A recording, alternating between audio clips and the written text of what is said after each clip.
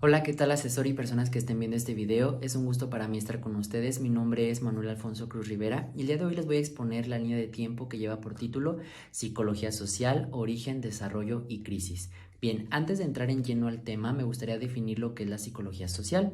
Salcedo 2006 la define como una parte de la psicología en general en la cual se estudia al individuo en sociedad, es decir, que vamos a poder observar cómo el individuo se comporta, piensa y siente cuando está en colectivo y cuando recibe una interacción social. Dicho esto, vamos al análisis de mi trabajo. Bien, yo dividí mi línea de tiempo por años, ya que me parece más adecuado, puesto que la psicología social no es muy antigua y tiene diversos años que son importantes. Bien, dicho esto, el primer apartado de izquierda a derecha está el año 322 al 469 a.C. En este, el autor Seidman 2005 nos propone que la filosofía es fundamental para poder entender a la psicología.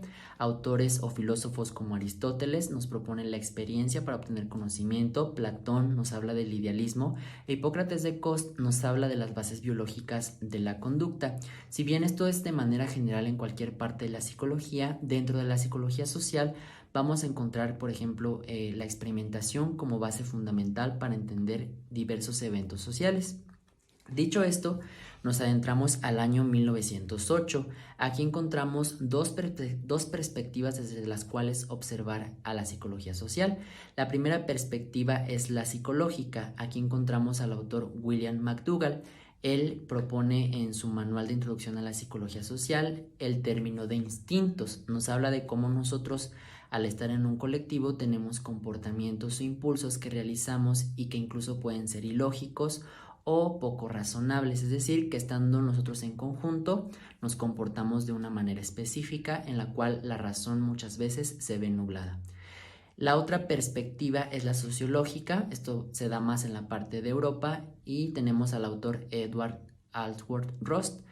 Ross propone en su manual de psicología social una perspectiva sociológica en la cual se ven involucrados términos como invención, sugestión e imitación como mecanismos de comportamiento social. Nos dice que la sociedad influye en cómo se comporta cada individuo, pero esto depende de la parte cultural y nosotros al estar en conjunto imitamos muchas veces lo que hace la otra persona. Esto lo obtenemos a través de la información de la UVEG 2022. Ya en 1912 tenemos a un autor importantísimo que es Wilhelm Wundt. Él propone el primer laboratorio experimental psicológico o de psicología experimental en la cual se desarrollaron varios experimentos sociales.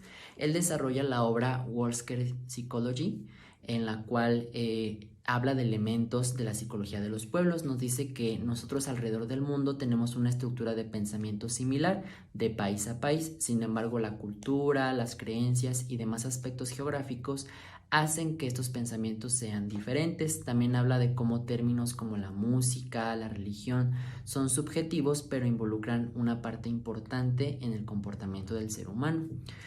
Tenemos en 1921 a Sigmund Freud. Él retoma lo que dice McDougall en la parte de cómo las masas dan un sentido de invencible o poderoso al individuo y hace que la razón se nuble. Habla en una obra que se llama Ensayo de Psicología de las Masas y Análisis del Yo. Propone que esta masa tiene un gran poder, una gran influencia emocional en el comportamiento del ser humano y que esto puede ser incluso algo terrible. Lo critica muchísimo y nos da ejemplo de cómo se aborda ya la parte de que las masas sí tienen un gran poder en nuestro actuar.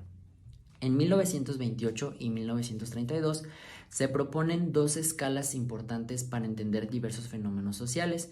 Esto es importante destacar puesto que aún se utilizan en la psicometría. La primera escala es la escala de Louis L. Thurston y la segunda es la escala de Rennie Likert. La escala de Likert todavía se utiliza y va gradualmente de acuerdo a desacuerdo y nos da un puntaje que, como dice el autor Saul Kassin 2015, que da referencia al pensamiento que tiene el individuo dentro de diversos fenómenos.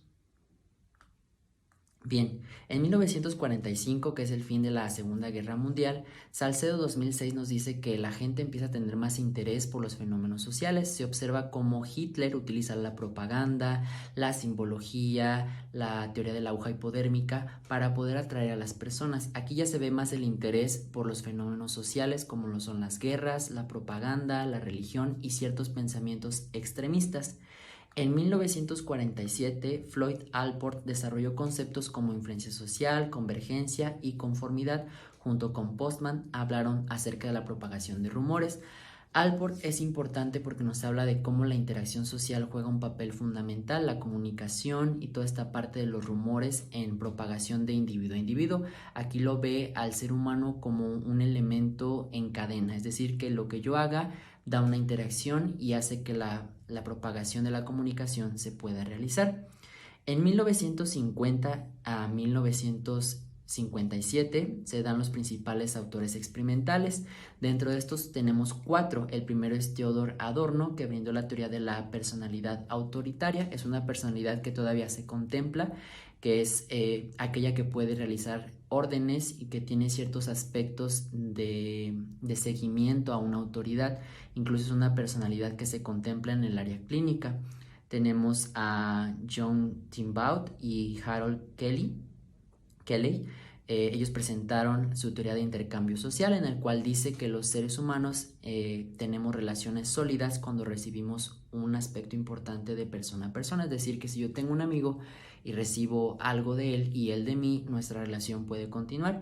Y Stanley Milgram finalizó con la teoría de la obediencia a la autoridad. Aquí realizaron varios experimentos para ver si las personas podían hacerle daño a otras al recibir órdenes. Se realizaron experimentos como por ejemplo en un salón de clases ficticio, a realizar descargas eléctricas a alumnos que tampoco existían, y se observa cómo cualquier individuo puede llegar a realizar un mal si recibe órdenes y tiene, digámoslo así, una debilidad mental o está muy influido por sus creencias. Bien, por último, en la crisis de 1970 a 1980 tenemos que los diversos autores ya no contemplan la experimentación cuidadosa para poder entender los fenómenos sociales, sino que se pretende observar directamente cómo los fenómenos se abordan, es decir, que ya no hay tantos experimentos controlados, sino que ahora buscan los autores ir al lugar de los hechos para poder comprender cómo se desarrollan los seres humanos. Esto es importantísimo porque hoy en día la psicología social va avanzando a pasos agigantados. Tenemos ahora las redes sociales, la parte de la aldea digital y toda esta cuestión que nos conecta más aún y que tiene ciertos comportamientos. En conclusión, para esta línea de tiempo puedo decir que la psicología social tuvo un desarrollo bastante significativo. Lo podemos observar desde la filosofía hasta la parte de las guerras mundiales, la experimentación. Estos autores me parecieron importantes en el desarrollo de estos términos. Sin embargo, hoy en día, como lo decía, hay que complementar este apartado de la psicología social con la parte clínica, con la parte incluso subjetiva, por ejemplo, la espiritualidad, para entender cómo se comporta cada ser humano.